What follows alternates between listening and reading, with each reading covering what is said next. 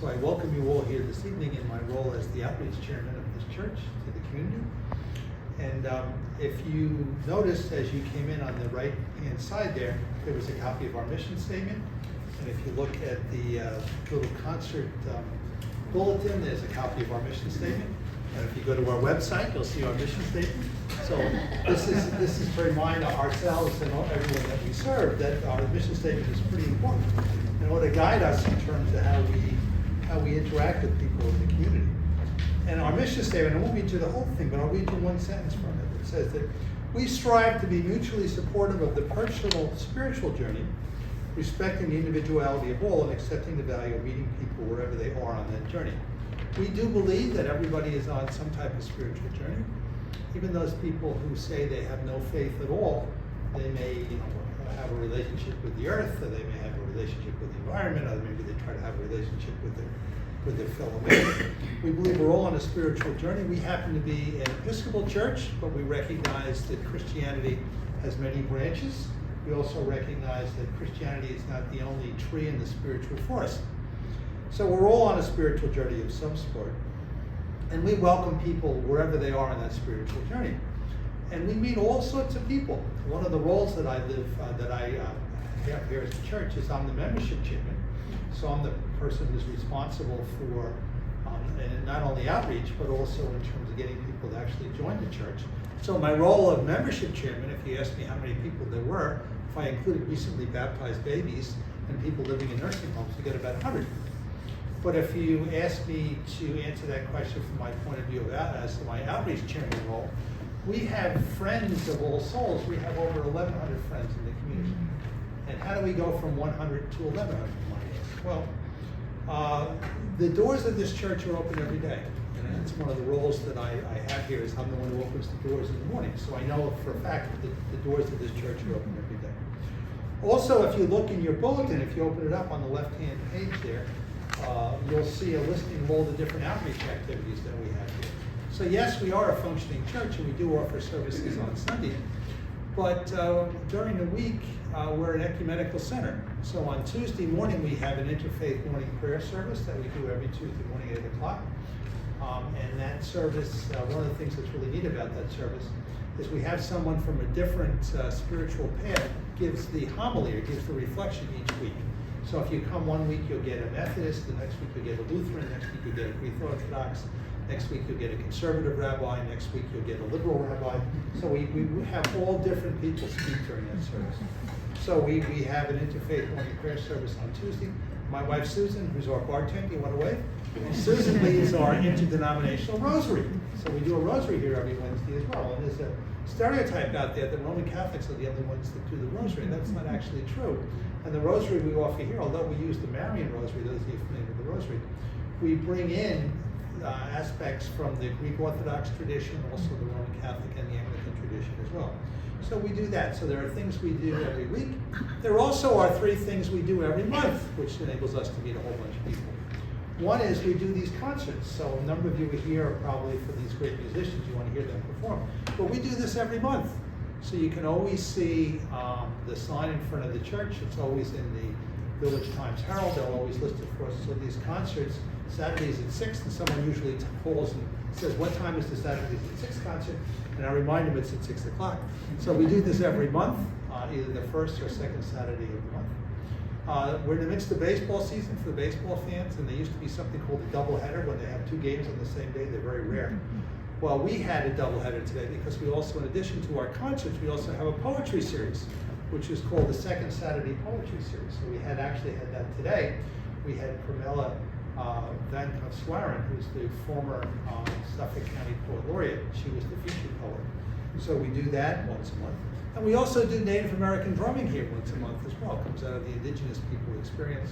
If you're interested in learning more about those activities, just see me during the intermission. I'll be happy to tell you about them. Also, you can visit our website. So that's how we get from 100 people, 100 members, to 1,100 people in the community.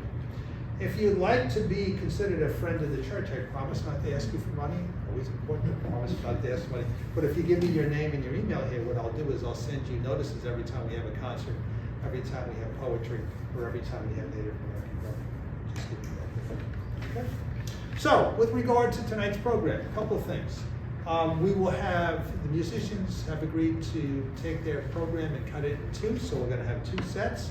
In between sets, we'll have a 15-minute intermission, which will, so the weather looks like it's gonna be pretty nice, we'll have it outside. And I'll tell you what we'll be serving in intermission a little bit later on. So we have two sets of music, and we'll have a 15-minute intermission, and we will conclude the program before 8 o'clock in case you have dinner plans. So it's my privilege and my pleasure to welcome back the Voyager Reed Quartet. Sometimes they're a quartet, sometimes they're a quintet, so let's welcome them back.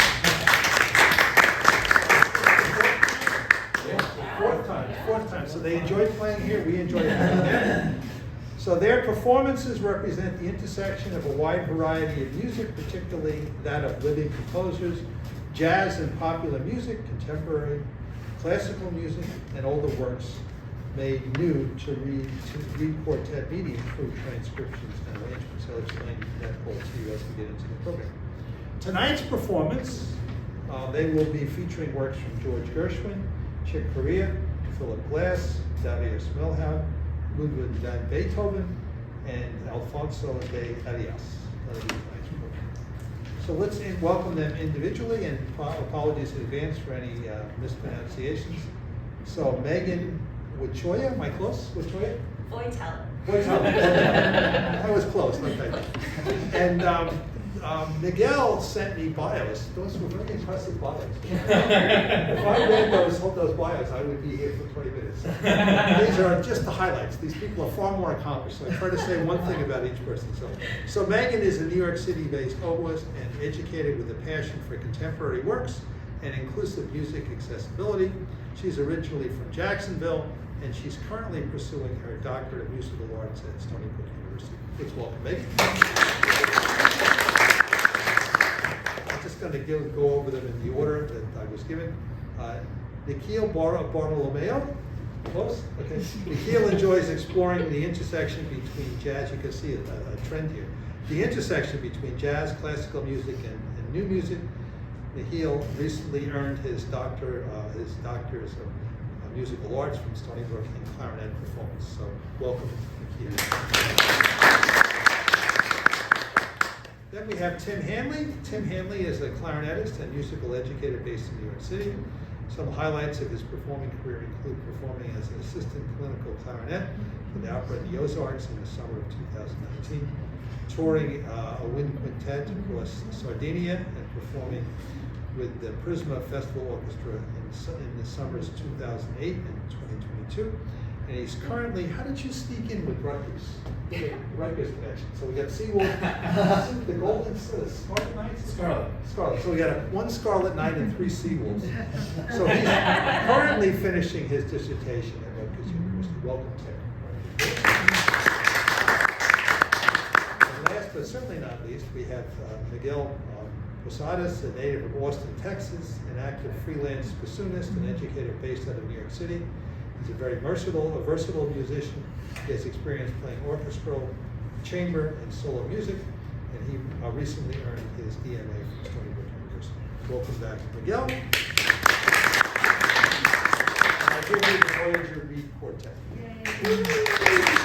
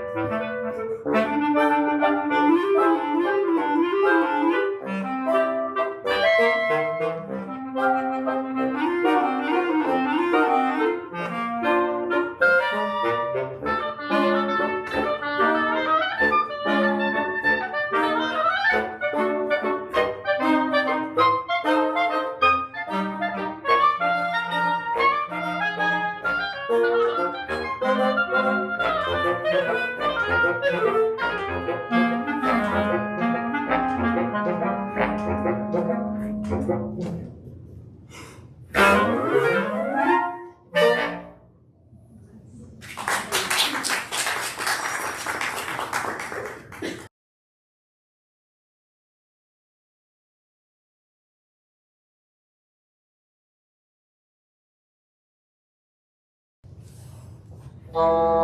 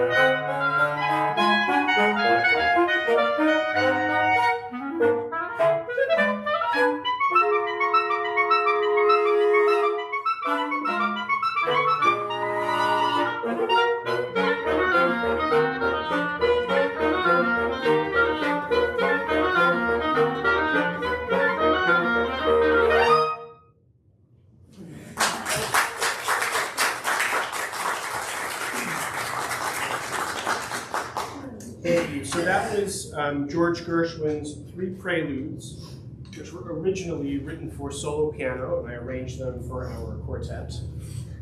Next up, we're going to play a pair of pieces by the jazz pianist Chick Corea. Chick Corea has a huge body of work, and he sort of is the kind of musician that spans the gamut of composer / improviser. So he's primarily known for being an improviser, for being a jazz musician. But I had a teacher once who thought of that whole spectrum of improvising and composing as sort of two sides of the same coin, right? We can think about improvised music as pure, spontaneous, in-the-moment creation, and we can think about composing as slow and methodical and drawn-out improvising. So these next two pieces are from a record that he did called Children's Songs, which is about, I think, 20 or 24 pieces of short pieces of music that were designed to be just that, sort of meditations, lullabies for children and for just sort of gentle listening. And we're sometimes a quintet. Our saxophonist, who's missing today, arranged these two pieces for us. So we're going to perform Children's Song number 3 and number 6 from that album.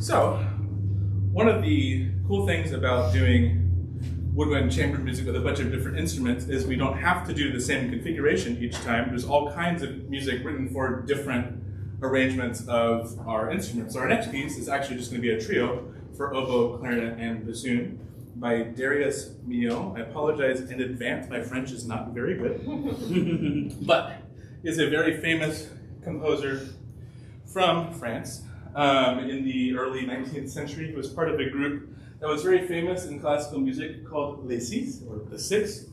Milhaud, Poulenc, Voyager, and three more I don't really remember. They're also French. One of them was Swiss, but that's basically French anyway sometimes. Anyway, they formed as a group of composers as a reaction to the music of like Richard Wagner and also the Impressionists of Debussy and Ravel. They were like, we want a different direction for our classical music. And so they really pushed to modernize and progress French classical music and try to really experiment with different harmonies and dissonance and not having to sound really nice all the time, kind of exploring. That being said, this piece is not like that at all. Even though his work is most famous for that. So I pull my notes up. This work, the suite after Quartet, was dedicated to one of his composer friends, Quartet, and was originally written for a French language production of Romeo and Juliet, which is already interesting enough in itself, because it's not the Shakespearean English. And he really is drawing on that old French Baroque. So instead of pushing the French music forward, he's trying to call back to the old French Baroque music with his modern contemporary language. So there's a lot of that really interesting play on, the music sounds almost like medieval, but the harmony is like you're listening to more to Quartet. So it's very, very interesting. And so I've blabbered enough. This is Milhaud's suite.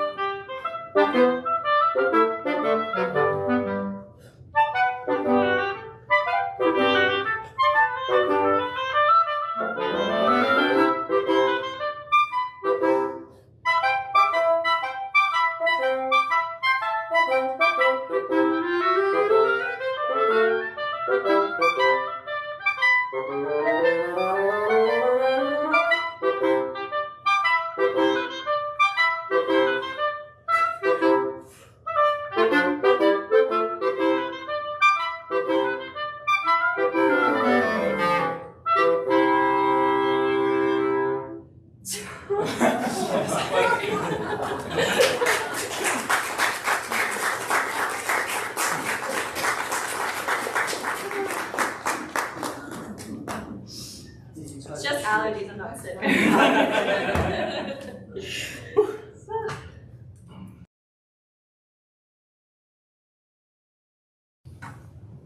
All right, so the next work on the program is an interesting one by Philip Glass. So I first came across this piece originally for string quartet, then arranged for string orchestra, which is how I came to know it.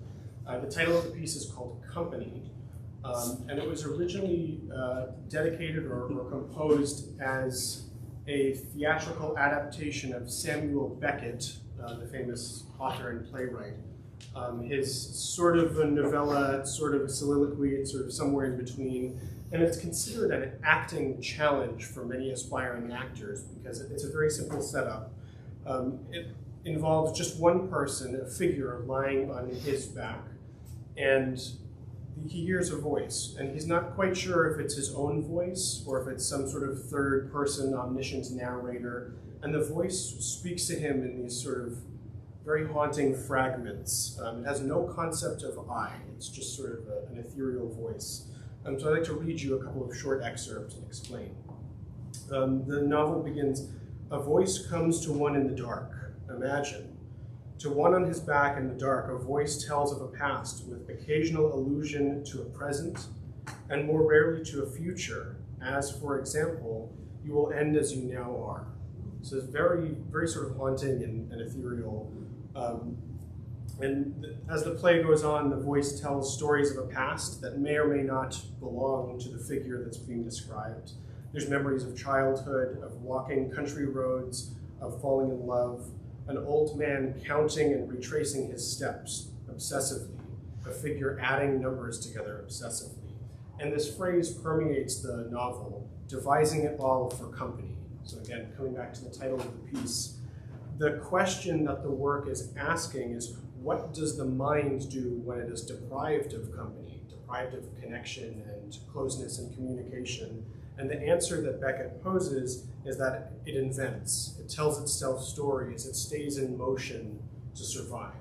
And I think you really hear that in Philip Glass's music. It has this sort of obsessive, trance-like, repetitive quality to it. He's been sort of ascribed the moniker of minimalism, or as a minimalist composer. He preferred the moniker music with repetitive structures, right? So you'll hear sort of a gathering of energy, and it's not quite development like we tend to talk about in traditional tonal music, where there's sort of a point A and a point B, and there's a goal and there's a destination. It's rather just sort of this accumulation and dispersion of energy. So the piece which we're going to play is in 4 short movements, and I hope you enjoy it. Philip Glass's Company.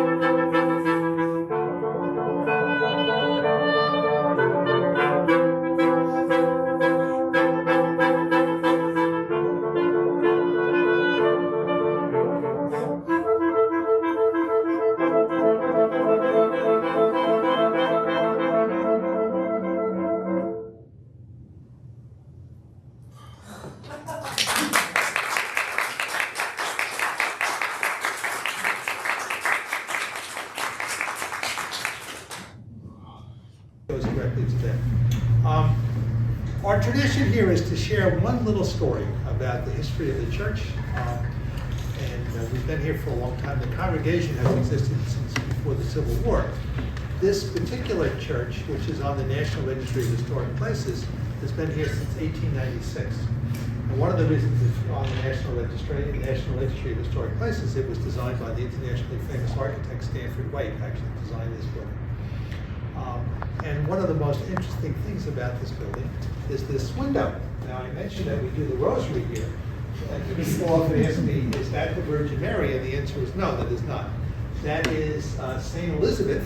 We have Father Steve Unger comes here often. He's a Lutheran priest, and he's Hungarian, so he always makes a big deal about that, because she's the patron saint of Hungary, St. Elizabeth. And if you take a good look at her, she was thought to be kind of the Mother Teresa of her day, but if you look at the way she's dressed, including her gold poverty, she had a particular affinity to the poor. And if you look on the left-hand side, I mentioned Pramila Cataswaran, who is the former poet laureate of Suffolk County. We do the poetry readings now virtually. We used to do them in the church. And one time she came here, and she was reading her poetry, and she said, Dan, can you explain to me those two beer cans, the beer can on the left and the beer can on the right? Those are not beer cans, those are urns. And if you look at them, you'll see it says Caritas. Caritas is Latin for charity, so the window conveys the emphasis on charity and her giving on to the poor. You see she's giving a gold coin to the poor beggar. Also, when you think of the three villages, often you think of Ward Melville as the first person of great wealth in this area, and that's not actually true. The first person of great wealth in this area was Jonas Smith. So if you look to on the left-hand side, you see this window there. It says in memoriam of Jonas Smith, who died in 1867, in honor of his wife, also Nancy Smith, who died in 1875. Now, it's interesting, the church wasn't built until 1896, so these were two people who are honored in that window who had already passed on before the church was built. And the reason for that is the land that this sits on, this church sits on, was actually donated by the niece of Nancy and Jonas Smith. Nancy and Jonas Smith, they were members of the Smith family, but something happened, I don't quite know the whole story, where Jonas came to Stony Brook as an orphan with nothing but $1 in his pocket and an axe, but he was a very hard worker. And at the height of his career, he owned equity positions in 45 different ships that used to sail between the Caribbean and the U.S. and also Europe and the U.S. To give you some idea of their wealth, if you're familiar with the Three Village Inn, that was their summer home. So very, very, very wealthy people. And the other question that people often ask me, is that a Tiffany window? And if you look on the lower, I think it's on the right-hand corner, the answer is no. It's actually the German equivalent of Tiffany, which is the Bayer Company, which has offices in Munich and New York. So there's the story of it. Okay? So the one little story about our history. Okay, so what we'll do now is we'll take a 15-minute break. Please remember that if you want to give a thank you to the musicians for the jar outside. And we are serving 3 things during intermission. We are backed by popular demand is our South African Sauvignon Blanc. That's very popular. So we have that outside. Also, we have a California Cabernet Sauvignon, so we have a red wine. Unless you think what we do here at All Souls is drink wine, we also have water as well. And as far as your empties, there's a trash bag outside. Just put it in there. And at the end of 15 minutes, what I'll do is we don't have a pretentious guy with a triangle and a tuxedo that comes around. What we'll do is we'll ring the bell. Okay? So we'll see you in 15 minutes. Enjoy your intermission. And thank you for coming.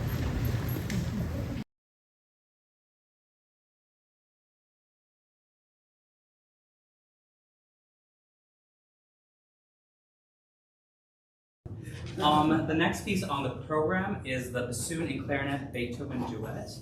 This piece was written in 1770, and when Beethoven wrote them, he wrote 3 of them in 3 different keys. Beethoven is a classical era composer, and this piece is made up of 3 movements with fun classical themes scattered throughout. So we're just going to give it 10 seconds.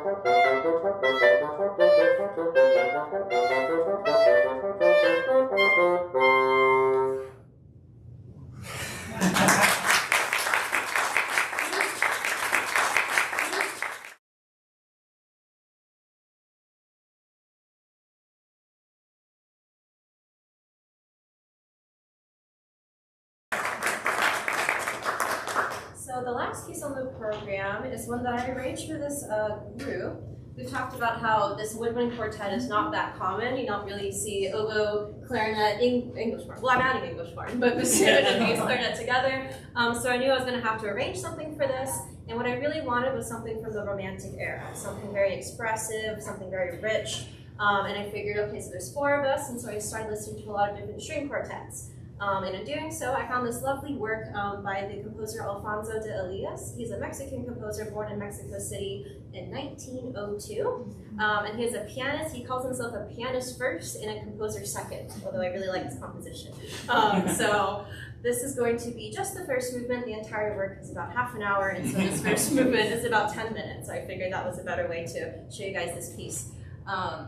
I do encourage you to listen to the string quartet itself. I think it's quite beautiful, but first you're going to hear the woodwind version. So I hope you enjoy. I'm just going to get my steps. Yes, I need to.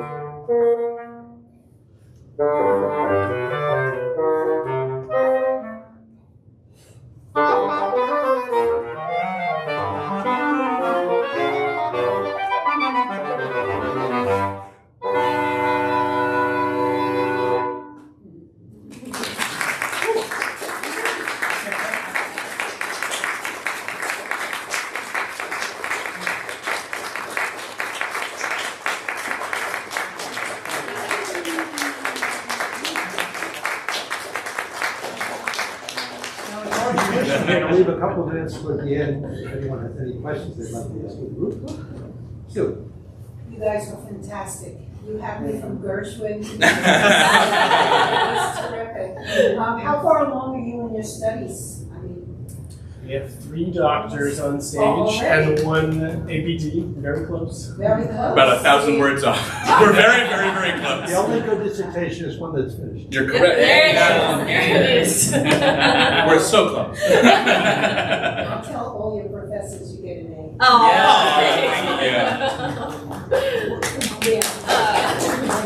But what I don't understand is for your dissertation on music, I mean, what do you have to do? Do you have to take an existing piece of music and make it something else? I just don't know. So, it's a very good question. There are so many angles. Just like any field, you just choose what you really want to research. Some people really do a very like musicology heavy, where they'll like really go for like old manuscripts and try to interpret them differently, or they'll look at relationships between performers and composers and try to like gain some insight there.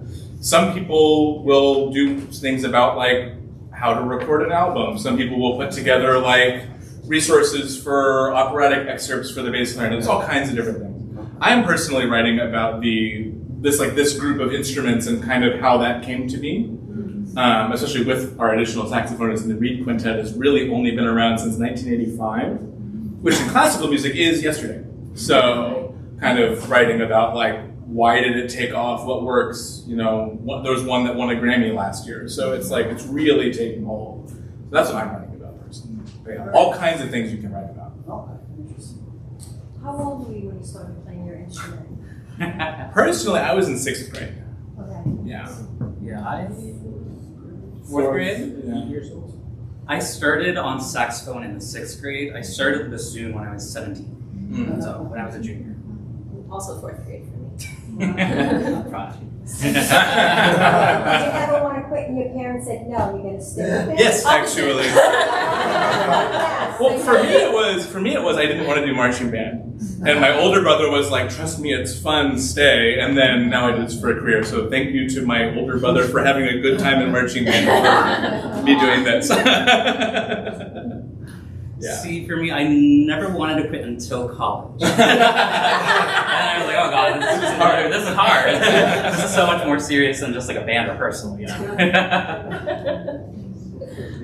Yeah, one more if you don't mind. Sure. As many as you want. Regarding, I think it'll be easier. The Beethoven piece that you played, when I think of Beethoven, I think of, symphony up 30, 40 instruments. Mhm. This was just 2. Did he write it that way, or did it consist of a 30 or 40 piece orchestra, and then you guys just took it down? I don't know if that makes This piece was actually written for bassoon and clarinet. Wow. Yeah, specifically for, and there's 3 of them in different keys. Yeah. Wow, okay. He wrote a lot. He's most famous for his giant orchestral works. Yeah. That's what everybody knows him for. But he also has some really famous like piano sonatas. Like everyone knows the Moonlight Sonata. Even if you don't know it, you've heard it. Sure. You know, a lot of piano solos. What gets the most attention. But he also wrote a lot of really beautiful chamber music. There's another really great. It's a trio for clarinet, cello, and piano that I really love playing very early in his career. There's a quintet with piano and 4 winds. He wrote all kinds of small stuff. It just doesn't get the same billing that the symphony does. But yeah, he was very prolific. Very good question. Thank you. Questions? I had one, just an observation. You guys really work hard. Yeah. I've noticed that, particularly with all the different types of musicians we have. With the reed instrument, basically all you guys, it's all your air that. Yes. Yeah. So is my perception correct? You guys work harder than any other musician. Well, It's different. different. Especially with the program we brought today, it's a lot of Yes. arrangements of string pieces, so they can kind of just go on forever. But we need like a second to like take a breath. So that's what makes it a little hard. All the rest that you heard in this arrangement, I put in there myself because it was just constant tone and we would pass away. So I made some rest in there for us. And So. do you do, now that you've corroborated what my observation, do you actually do exercises to develop like lung capacity? Certainly. Oh yeah. It's common for us to like run the entire program a couple of times just to build Yeah. stamina and stuff. Like I the just I just drove in from Ohio today, and so I'm feeling it. You know, it does really affect my playing and stuff. But yeah, it is quite physical.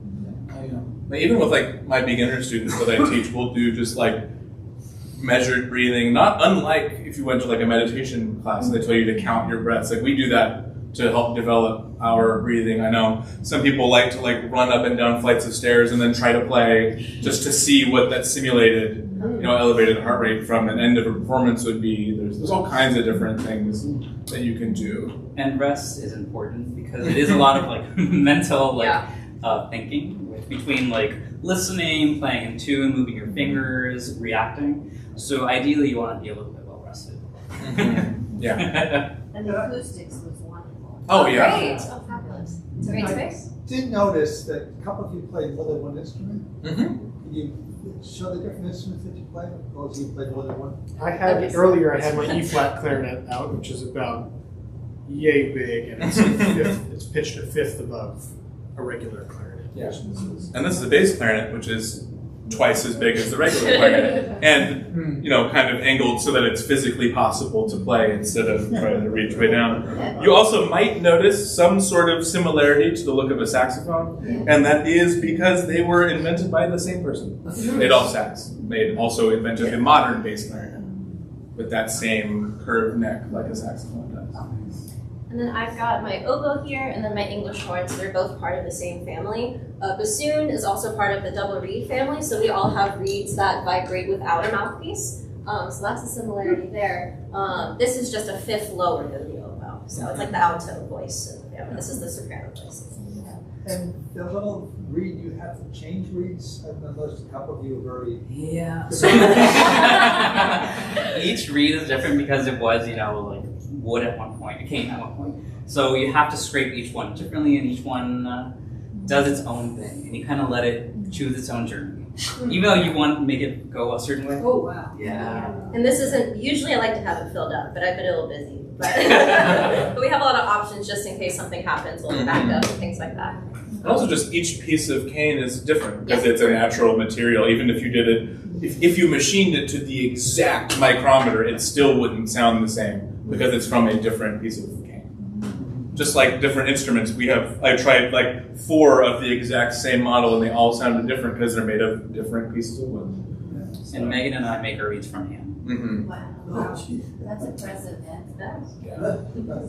Any other questions? For real? Unfortunately, yes. It's common for us to sell them as well. Yeah, It's like yeah. younger musicians, they don't know how to make it. It's a very difficult process. We're still figuring Well, it out. yeah. It still makes you But, cry. Yeah, it's common for double reed players to sell their reeds just because the ones that you buy in a box are usually not very good at all. Mhm. So it's good Because to. we can adapt each piece of cane to what we want it to make it, but when it's made by machine, it's set to Mhm. settings, and so the settings on each piece of cane will not the same way. Is there like a special pipe or something? Absolutely. Like We have tons of tools. tools, Oh, machines. expensive. Yeah, It's yeah, the whole thing. Exactly, Yeah. exactly. It looks cute at first when you like see it, and then you're like, it's not cute. That'll work. Yeah. Okay, any other questions? Okay, just a couple of things. We do these every month, so I feel like we'll announce the next 3 concerts. And you'll notice they're all a little bit different, a lot different. So on August 1st, we've got a bluegrass band called Eastbound Freight. They performed here a couple of times, they're coming back. Heard that today. So that's August 1st. It'll still be at 6 o'clock. That's August 1st. September 5th, something we do once a year. We do this. I mentioned the monthly programs that we offer to the community. We do Native American drumming, we do poetry, and we do music. Once a year, we combine them all into one concert. It's called Conversations on the Sacred. So what we have is we have various poets get up and they read sacred poems from various traditions. And then each poem is followed by a musical interlude. Most of them done by Ford Forkman. Yeah. I think he schedules the concerts there. Ford Forkman and Kate Armine, my cousin, Armine. The 2 of them, they provide most of the music. Also, we have our organ here, which goes back to, this organ goes back to before the Civil War. This is a very famous organ. This is an urban organ. prior to the Civil War, the organs were made in Europe and shipped here. This is one of the first organs actually built on this side of the Atlantic. So some of the musical interludes are by the organist on this organ. And also we have the Native American drumming. So in a couple of, we kind of have spiritual poems from the indigenous people's experience, and those are followed by drumming. So that's Conversations of the Sacred, that's on November 5th. And then October 12th, we have another group from Sunnybrook, Boston Stellar. You may have heard about them. Boston Stellar, they'll be performing again. So let's get the musicians together and find out.